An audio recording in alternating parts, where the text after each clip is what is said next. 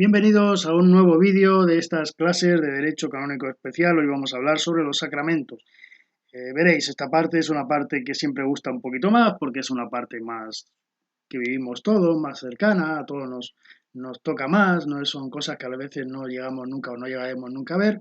Entonces siempre nos llama mucho más la atención. Yo también os insisto en que la leáis y lo estudiéis porque en la hora del examen, ese examen que vamos a hacer de esta parte, os voy a preguntar básicamente sobre los sacramentos.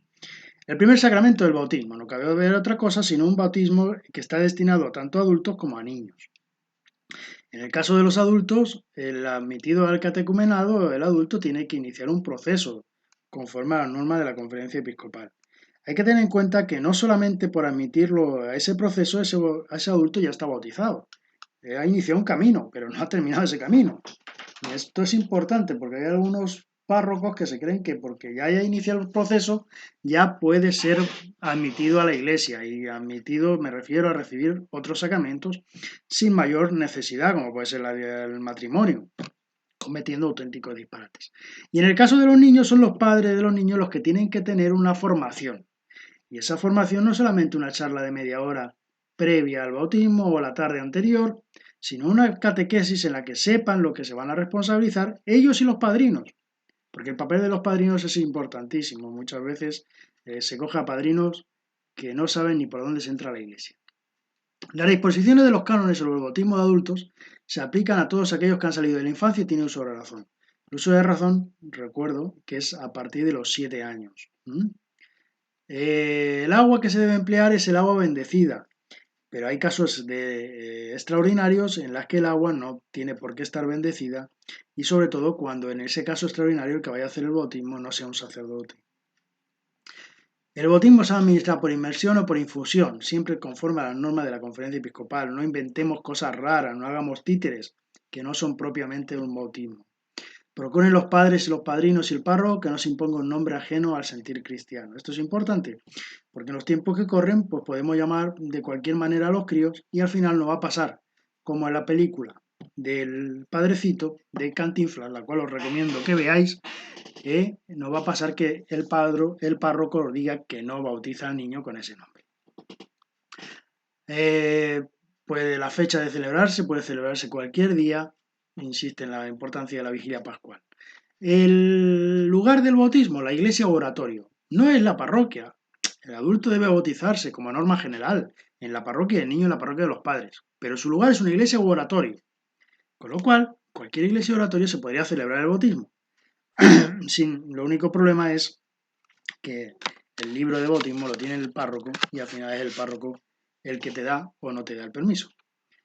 No debe admitirse el bautismo en las casas particulares, eso está más claro que el agua, porque por mucha finca que tenga el torero, si no tiene una capilla, si no tiene un oratorio, no tiene por qué celebrarse. El ministro ordinario, sacerdote, el obispo, el sacerdote y el diácono. Hasta ahí no hay ningún problema. En caso de que no existiera, no estuvieran presentes, el bautismo lo puede realizar en caso de necesidad cualquier persona, ¿eh? Incluido aquel eh, que no es católico, que no es cristiano, siempre que lo haga con la intención de hacer lo que hace la Iglesia. El bautismo no se repite, por lo tanto, como nos dice el Canon 864, aún el que no es bautizado todavía puede recibir el bautismo. No se recibe el bautismo dos veces. Se recibe el bautismo bajo condición, pero no dos veces. Bajo condición en el caso de que no se sepa si está bautizado. En el caso de un adulto se requiere que haya manifestado su voluntad de recibir este sacramento, que esté suficientemente instruido sobre las verdades de fe y las obligaciones cristianas. Se le ha de exhortar además en que tenga dolor de sus pecados. Puede ser bautizado un adulto que se encuentre en peligro de muerte si hubiera dado motivo previamente de que hubiera querido recibir el sacramento del bautismo. A no ser que obste una causa grave, el adulto que es bautizado debe ser confirmado inmediatamente después del bautismo y participar en la celebración eucarística recibiendo también la comunión, con lo cual nos encontramos aquí en el canon 866 los sacramentos de iniciación. En el caso de adultos se da todas las circunstancias para que ese sacramento se pueda celebrar, se pueda vivir. Se puedan vivir los tres en la misma celebración. Los padres tienen la obligación de hacer que los niños sean bautizados en las primeras semanas, cuanto antes después del nacimiento o incluso antes de él. Acudan al párroco para pedir el sacramento para su hijo y prepararse debidamente. Si el niño se encuentra en peligro de muerte, debe ser bautizado sin demora. Bien. Los tiempos que corren a veces se pasan 3, 4, 5, 6 meses, incluso un año, porque vamos a esperar a ver si viene la familia, a ver, no, mire, usted celebre, bautice al niño y después ya lo celebraremos la familia toda junta. ¿Eh? Esto es importante que lo tengamos también presente. Para bautizar lícitamente a un niño se requiere primero que den su consentimiento los padres, o al menos uno de los dos, o quienes legítimamente hacen sus veces. Si tiene padres y los padres se están ocupando de él, el consentimiento no lo puede dar la abuela. Es decir, eso de que llega la abuela que quiero bautizar a mi nieto porque sus padres no quieren bautizarlo, eso no se puede hacer. Y en los tiempos que corren con la legislación civil actual, si uno de los dos padres se opone, el niño no puede ser bautizado. A no ser que se oponga y la parte católica reconozca que ese bautismo es de su fe y no lo va a utilizar en contra como argumento contrario a cualquier problema civil que se pueda presentar. De lo contrario, la parte no católica puede denunciar al sacerdote que bautiza y a la madre o al padre que haya hecho el bautismo. Que haya esperanza fundada de que el niño va a ser educado en la religión católica. Si no hay esperanza, si los padrinos no saben por dónde se entra a la iglesia, si los padres no, pues mejor no bautizarlo, esperar a que el niño lo decida por sí mismo.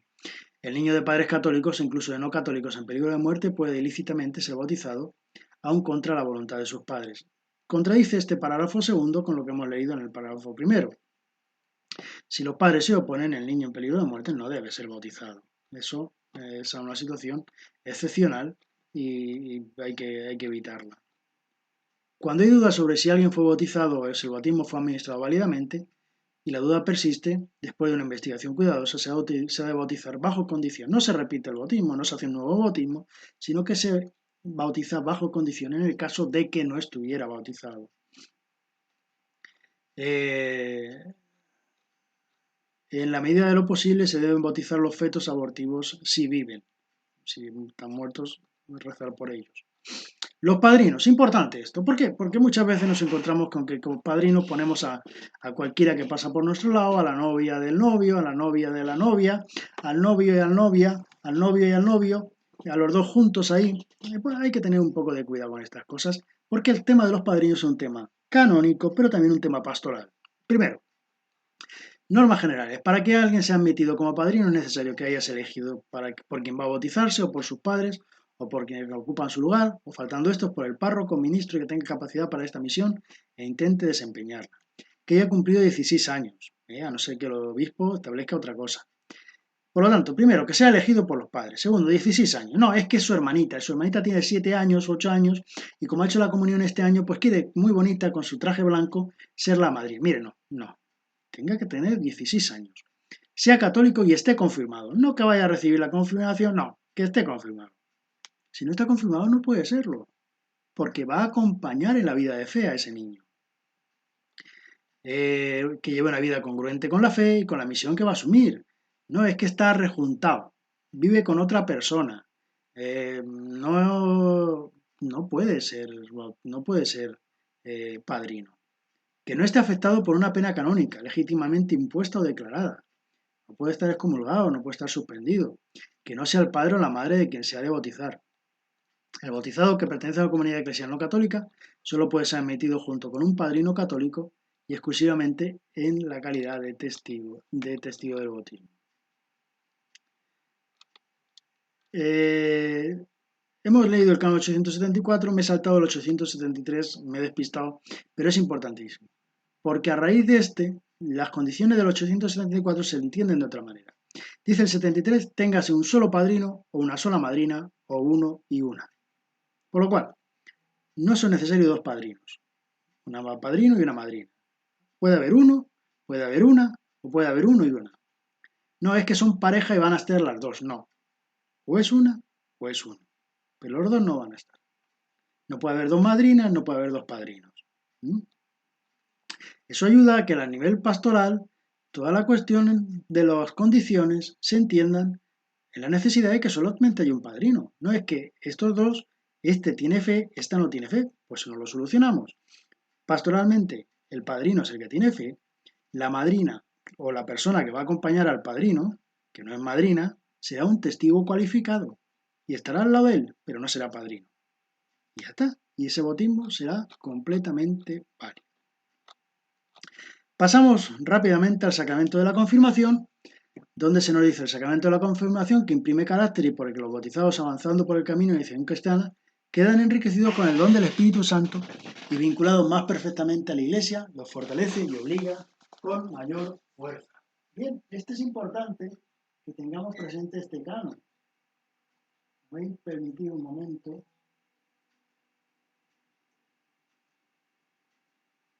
Que lo seamos capaces de darnos cuenta de lo que significa.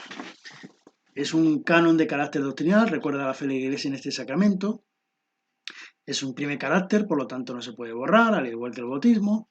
Las personas que lo reciben quedan enriquecidos por el Espíritu Santo y vinculados a la Iglesia, a compartir y vivir esa misión. Por lo tanto, el sacramento de la confirmación no es un acto social, no es un acto de puesta de largo, es mucho más. Es la vida de la Iglesia. Es la vida de los creyentes que se fortalecen con el Espíritu Santo y han de dar un testimonio de su vida. Modo de celebrarlo. El sacramento de la confirmación se administra por la unción, con el crisma en la frente, que se hace con la imposición de la mano, y por las palabras prescritas en los libros litúrgicos.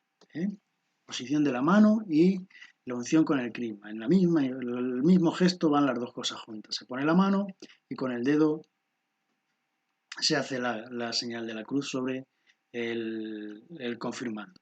El crisma que se debe emplear en la confirmación ha de ser consagrado por el obispo, aunque sea un presbítero quien administra el sacramento. Ese crisma, que normalmente suele ser el que se bendijo en la misa crismal. Conviene que el sacramento de la confirmación se celebre en una iglesia y dentro de la misa. Sin embargo, por causas justas, puede celebrarse fuera de la misa y en cualquier lugar digno. Por lo tanto, ya se puede celebrar no en una iglesia, sino en cualquier lugar que sea digno, dependiendo de las circunstancias y de las situaciones que vivan las personas.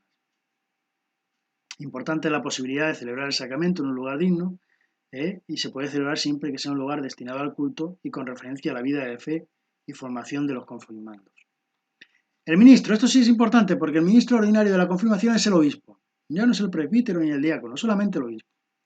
Gozan ipso iure de la facultad de confirmar dentro de los límites de su jurisdicción quienes se equiparan al obispo diocesano, y respecto a la persona de que se trata, el presbítero que por razón de su oficio, por mandato del obispo diocesano, bautiza a quien ha sobrepasado la infancia. Para los que se encuentran en peligro de muerte, el párroco, incluso cualquier presbítero. Y cuando dice cualquier presbítero, volvemos otra vez al mismo problema o a la misma situación. Puede ser un presbítero que esté suspendido, o puede ser un presbítero que haya abandonado el estado clerical. El obispo diocesano debe administrar por sí mismo el sacramento, pero si la necesidad requiere, puede facultar a uno o varios presbíteros para que puedan ellos también bautizar. Normalmente sean los vicarios generales o los vicarios episcopales. Solo es capaz de recibir la confirmación todo bautizado o no confirmado. Ya hemos dicho, igual que en el sacramento del bautismo, que es un sacramento que imprime carácter. Por lo tanto, no se puede repetir a no ser bajo condición. Se dice que hay de recibirlo en torno a la edad de discreción. Volvemos a un problema siempre presente. ¿Cuál es la edad de discreción? Esto ninguna diócesis se pone de acuerdo. Porque más que una edad de discreción, lo que busca es un nivel pastoral. Que sigan con nosotros, que no se vayan, porque si después de la comunión no se hace el año siguiente, si no ya no vuelven. Es una situación un tanto... Las condiciones de los padrinos es las mismas que hemos visto para el sacramento del bautismo. Se recomienda que ese padrino del sacramento del bautismo sea el padrino en el sacramento de la confirmación, porque a fin de cuentas es un camino en el cual en teoría se ha acompañado a la hora de vivirlo. Y hasta aquí llegamos con este vídeo. Pasaremos el próximo día al sacramento de la Eucaristía. Cualquier duda, ya sabéis, lo hablamos y lo ponemos en el foro del Instituto Teológico. Un saludo.